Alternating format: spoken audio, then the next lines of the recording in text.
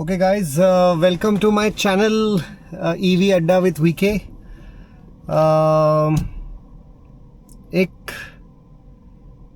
Almost एक साल पहले, एग्जैक्टली 9 महीने पहले एक बड़ा डिसीजन लिया था मैंने ईवी खरीदने का. And lot of things went through that decision. बहुत बार लेना है नहीं लेना है, लेना है नहीं लेना है सोचा, और अब फाइनली एक साल में जो भी कुछ सीखा है, जो भी कुछ समझा है ईवी के बारे में, वो हम इस चैनल पे डिस्कस करते हैं. एक कम्युनिटी बना रहे हैं. प्लीज़ जुड़ जाइए मेरे साथ और देखते रहिए एंड तक इस वीडियो को.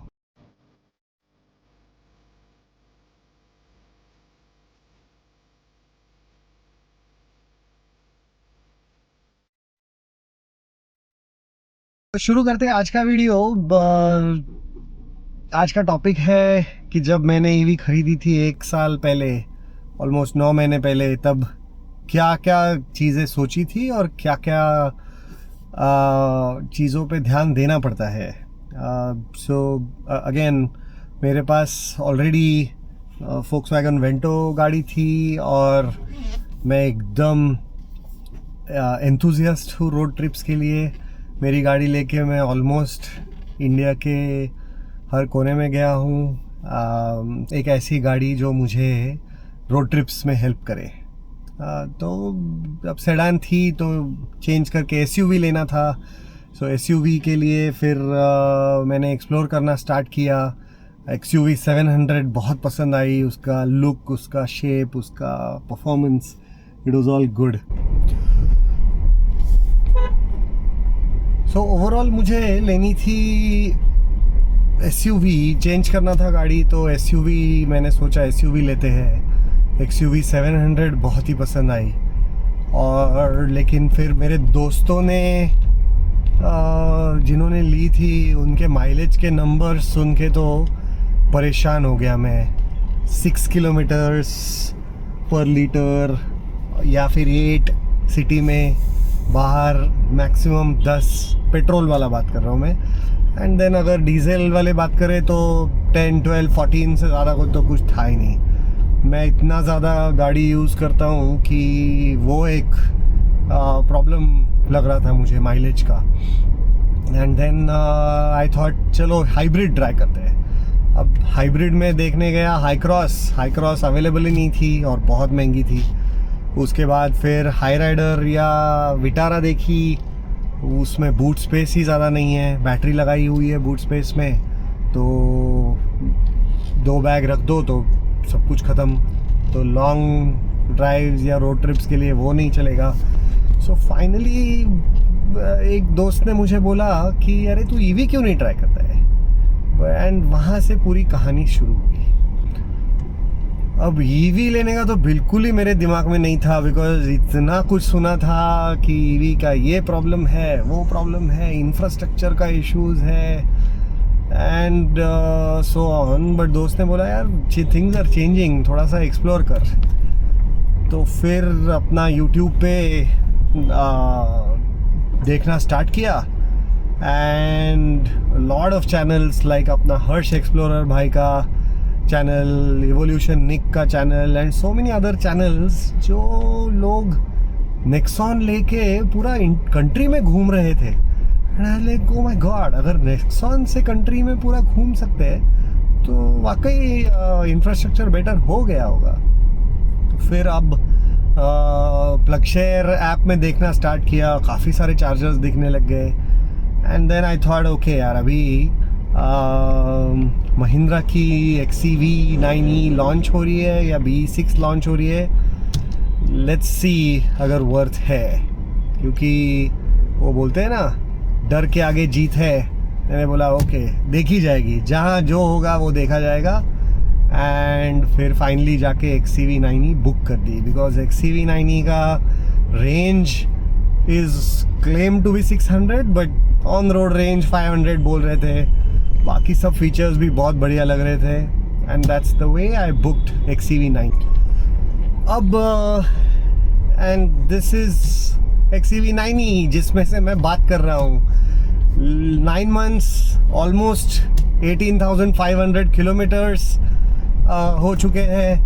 and let's talk about how the journey has been. The journey has been amazingly great.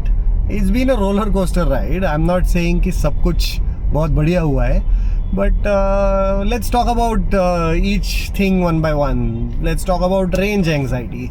Oh my God, first शुरू होते ही या गाड़ी लेते ही जो भी रोड ट्रिप्स की, I went to Orissa, I went to lot of places around Maharashtra, in Karnataka.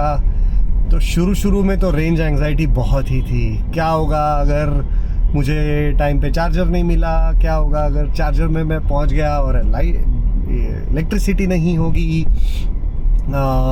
Line लगी होगी, तो क्या करेंगे, and so on so fourth. तो रेंज एंग्जाइटी शुरू में बहुत होती है, बट विद टाइम चली गई. आई जस्ट फिगर आउट कि ठीक है, थोड़ा सा ज़्यादा प्लान करेंगे तो प्रॉब्लम चला जाएगा. And specially in and around Pune, मैं बेसिकली पुणे में रहता हूँ. पुणे में से 250 किलोमीटर्स के रेडियस तक जाके आना एब्सोल्युटली इजी हो गया है. बिल्कुल घर से चार्ज करके निकलो एंड गारंटीड घर पे पहुँच जाओगे. सो रेंज एंग्जाइटी का तो जितना शुरू में प्रॉब्लम लग रहा था उतना प्रॉब्लम. फिर बात करेंगे चार्जिंग की. अब चार्जिंग, घर पे जो चार्जिंग है उसके लिए पार्किंग होना बहुत ज़रूरी है. पार्किंग में चार्जिंग का फैसिलिटी होना बहुत ज़रूरी है. सोसाइटी का सपोर्ट बहुत ज़रूरी है. सो अब वो सब अगर नहीं होगा तो बहुत ज़्यादा हैसल है. I think most important thing is कि आपके घर के पास आपका खुद का चार्जर लगा हो, तभी ईवी सेंस बनेगी. नहीं तो अगर सिर्फ बाहर चार्ज करना है तो it's not gonna be fun and it's not gonna be cost effective also.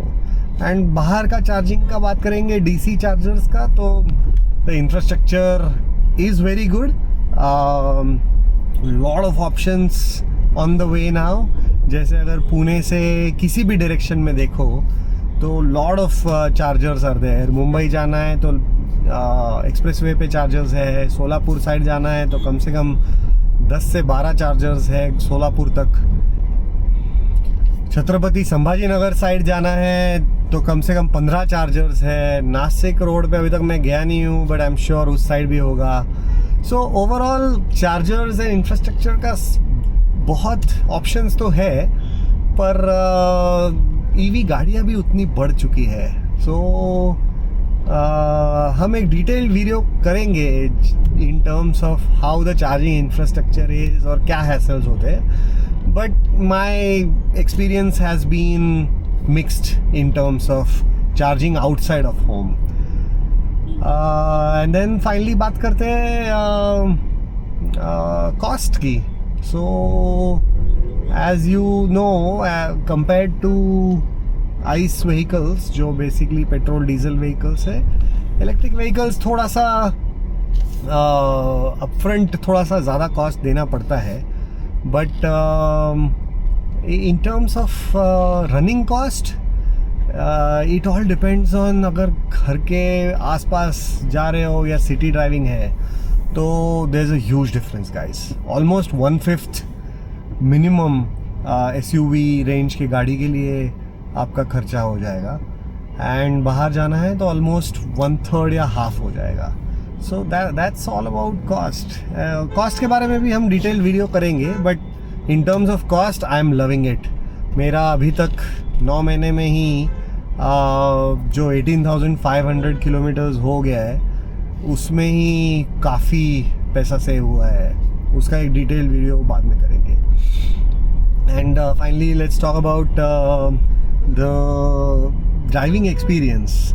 अब मैं चलाता था फोक्सवैगन की Vento. The driving experience was amazing there. German car के बाद मैं दूसरी कोई कार लूँगा ऐसे कभी लगा ही नहीं था. बट जब मैंने टेस्ट ड्राइव लिया एक CV9 का, और जो टॉर्क है माइंड ब्लोइंग है भाई साहब. It's just beyond words.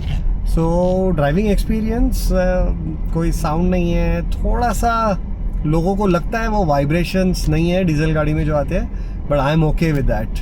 जो टॉर्क है, जो कंफर्ट है, it's just mind blowing. So finally आते हैं कि आपने ईवी गाड़ी लेनी चाहिए या नहीं लेनी चाहिए इस बारे में. So there is no clear answer yes और no. It completely depends on your needs कि कहाँ चलानी है, कैसे चलानी है, and so on so forth. So like I said, हम एक ईवी कम्युनिटी बनाना चाहते हैं इस चैनल के थ्रू. तो प्लीज़ जुड़ जाइए मेरे ग्रुप्स में, व्हाट्सएप ग्रुप्स में लिंक दे रखी है आपको, या फिर आपको यूट्यूब पे कमेंट सेक्शन में कोई सवाल पूछने हैं तो ज़रूर I will try my best to give you answers. And अगर आपको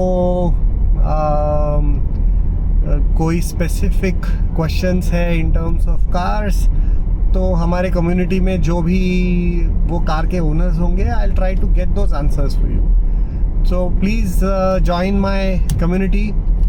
let's explore more on this EV concept and EV practical world, and let's learn together guys. So with that ये वीडियो अब मैं अभी यहीं क्लोज करता हूँ. I am sure जिनको EV लेना है ये सब सवाल बहुत सताते होंगे. तो अगर आपको EV लेना है या आपके किसी दोस्तों को EV लेना है तो प्लीज़ मेरा चैनल सब्सक्राइब कीजिए या शेयर कीजिए, लाइक कीजिए. सब मिलके एक दूसरे की हेल्प करते हैं. With that, bye bye.